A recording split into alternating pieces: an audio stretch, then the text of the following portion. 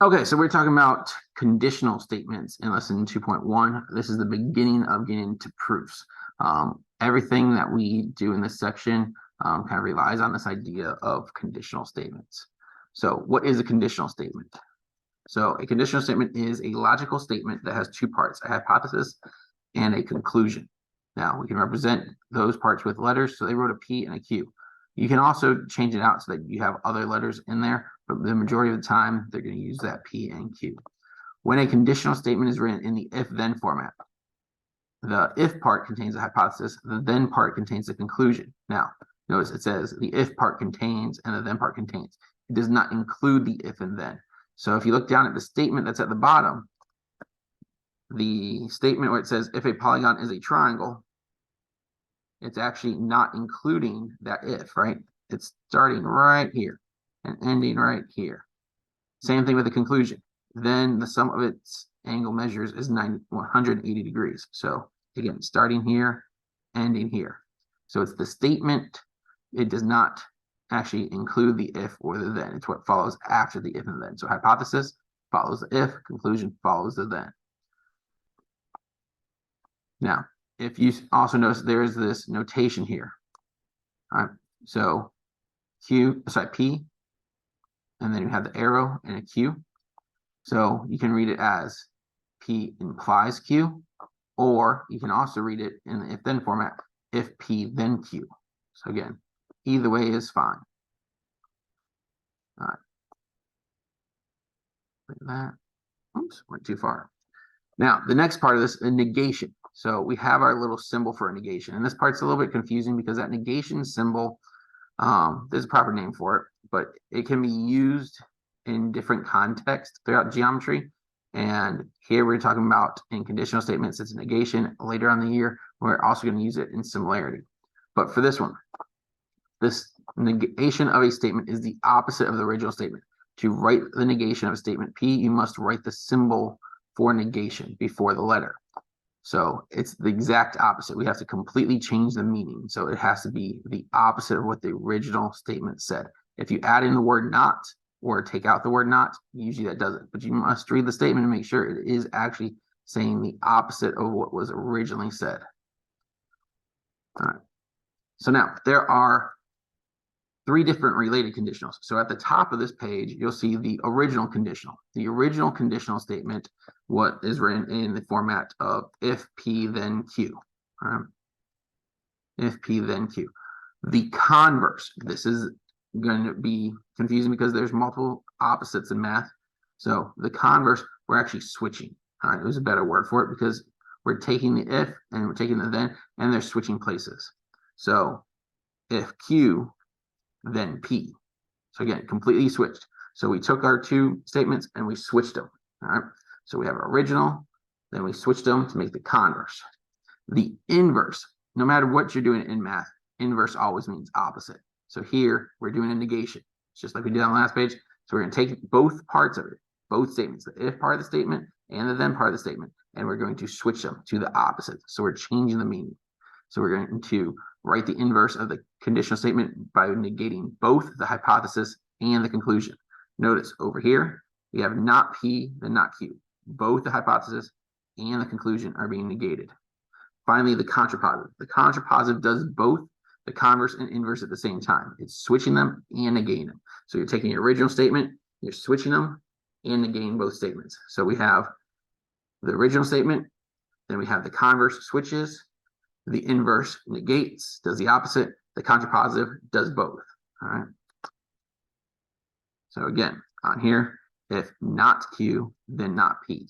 Now, these are all related to each other because we're still using the same statements in both the hypothesis and conclusion. We're just changing them slightly. So again, either switching them, negating them, or doing both. Now, there's also something called an equivalent statement. So let me clear this. Equivalent statements, a conditional statement and its contrapositive are either both true, both false. Similarly, the converse and inverse of the conditional statement are either both true or both false. In general, when two statements are both true or both false, they are called equivalent statements. So if you have two statements talking about the same thing, using the same two statements, and they have the same truth value, then they are going to be equivalent statements.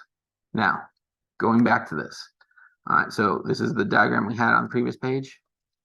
The first one, the original statement, and the contrapositive, these two are always going to have the same truth value. The converse and the inverse always have the same truth value. Now, like the little tip on the last one said, it does not mean that the converse and the original one are going to be the same, nor does it mean it's going to be the opposite. So just because the original and the contrapositive are true doesn't tell us anything about converse or inverse. It is possible to have all four of the statements be the same truth value. So they could all be false. They could all be true. Now, there's another special scenario for that. So again, the original and the contrapositive always have the same truth value. The inverse and the converse always have the same truth value. Now, there's also something called a biconditional, and I might have something out of order. Let me pause this recording for just a second, and I'll resume it.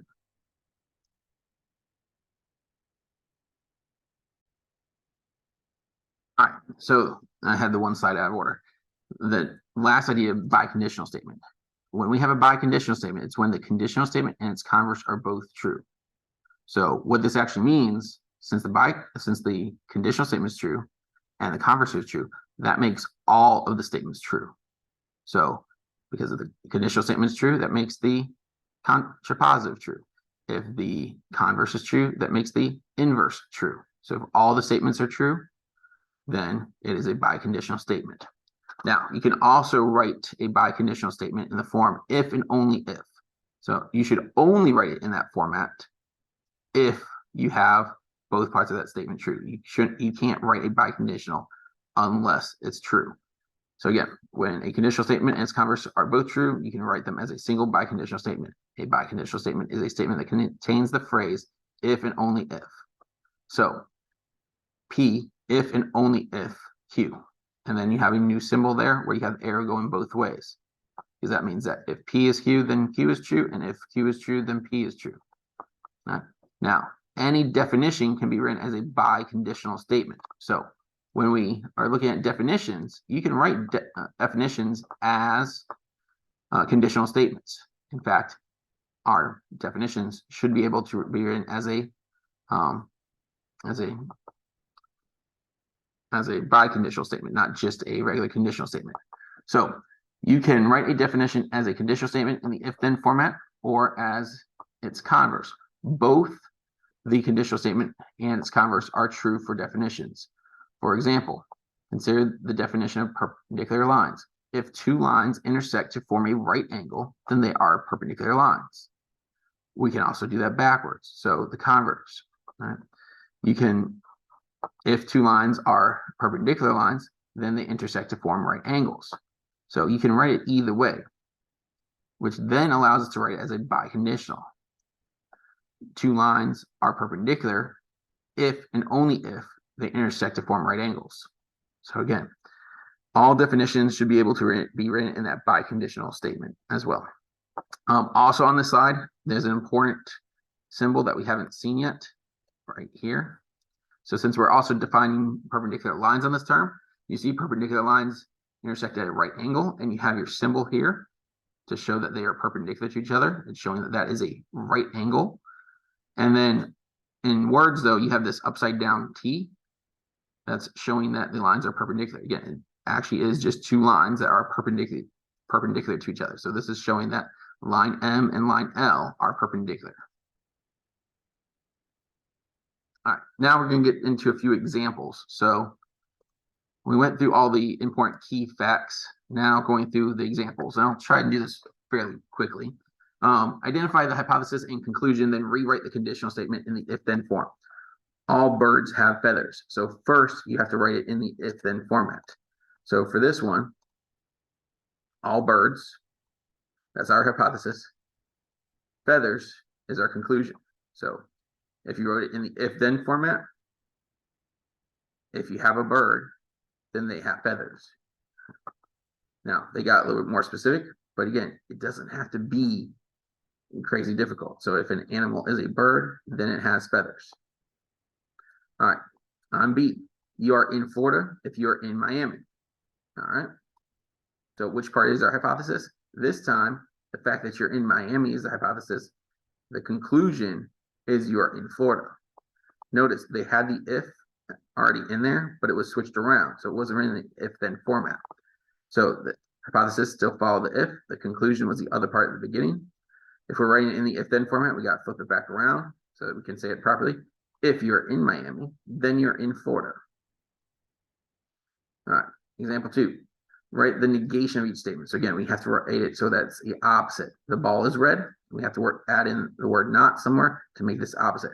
So the ball is not red. And then on B, the cat is not black. Well, to make this the opposite, this time we have the word not. We can get rid of the word not and say the cat is black. Yeah, those are opposites. Those are negations. Now, rewriting related conditional statements. So let P be, you are a guitar player. Let Q be, you are a musician. Write each statement in words, then decide whether or not it's true or false. So we're writing the statement and saying what the truth value is. The original conditional statement. So P, you are a guitar player. Q, you are a musician. So if you are a guitar player, then you are a musician. If P, then Q. The converse, we are switching. So taking the original, then making the if, taking the original P, making it the then. So if we switch it around, oh, I forgot that we did say we were saying true or false to this. So this would be true. Guitar players are musicians. Now we switch it around. So if Q, then P. If you are a musician, then you are a guitar player. Now, that statement is not always true. You can play other instruments besides guitar. So that's false because, again, not all musicians play guitar.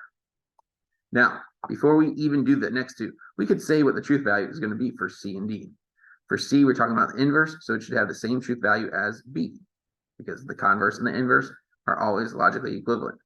And D, the contrapositive, should always have the same truth value as the original, which was true.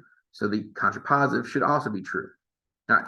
So on this one, the inverse, we're negating both statements. If not P, then not Q. So putting a not somewhere in there. If you're not a guitar player, then you are not a musician. And again, notice they added the word not into both parts. Then for that one, like I said before, it's going to be false. Because again, even if you do not play guitar, you can still be a musician. Then D, the contrapositive. So again, this should have a truth value of true since the original was true. So we're going to do both. We're switching and negating. So if you're not a musician, then you are not a guitar player. Again, if you're not a musician, then you're not a guitar player. That would have to be true because a person who is not a musician cannot be a guitar player. Because in order to be a guitar player, you must have been a musician. All right. I know this can be a little bit confusing, some of these statements, but it's a pattern. You need to make sure you're familiar with those four statements: the original conditional statement, your converse, your inverse, and contrapositive. All right, this next one. Decide whether each statement about the diagram is true. Explain your answer using definitions you have learned. So on here it says, line AC is perpendicular to line BD. All right, it appears to be true because we have a symbol in there that shows us they are perpendicular. So since those lines have that symbol there, we can say that this statement is in fact true. The right angle symbol in the diagram indicates that the lines intersect to form a right angle. And again, if they're a right angle, we can say that they are perpendicular. So now for B, angle ABE and angle CEB are a linear pair. Well, there's AEB, there's CEB. Are they a linear pair? Yeah, they're two adjacent angles. They share a common side. And they have a pair of sides that are not adjacent and they're opposite rays. So on here, the statement is true by definition. If the non-common sides of an adjacent angle are opposite rays, then the angles are a linear pair. And finally, ray EA and ray EB are opposite rays. Well, EA EA and EB, they do not form a line. So they cannot be opposite rays. So this is false. The rays have the same endpoint, but they do not form a line, so the rays are not opposite rays. All right, last example. We're in a biconditional statement. Rewrite the definition of perpendicular lines as a biconditional statement. Now, I already kind of said this one earlier, but the definition was if two statements intersect to form a right angle, then they are perpendicular lines. So you can write this a couple different ways, but this is just one acceptable way. So they identified what the two statements are first. So the P, two lines intersect to form a right angle. The Q, they are perpendicular lines. So now, put it into our format. If two lines intersect to form a right angle, then they are perpendicular lines. All right, if we write the converse, if they are perpendicular lines, then they intersect to form a right angle. So now, we want to write a biconditional statement using the inverse, the converse of that statement. So it needs to apply to both. Two lines intersect to form a right angle if and only if they are perpendicular lines. So I kind of already said that way back when I first mentioned biconditional, but again, same idea. So again, biconditional, if and only if all formats of this is true. All right, that's the end of 2.1. We will do some other examples in class. Again, we will start with the ones for you to try. So when you come in class tomorrow, grab a book and you can start working on the ones for you to try.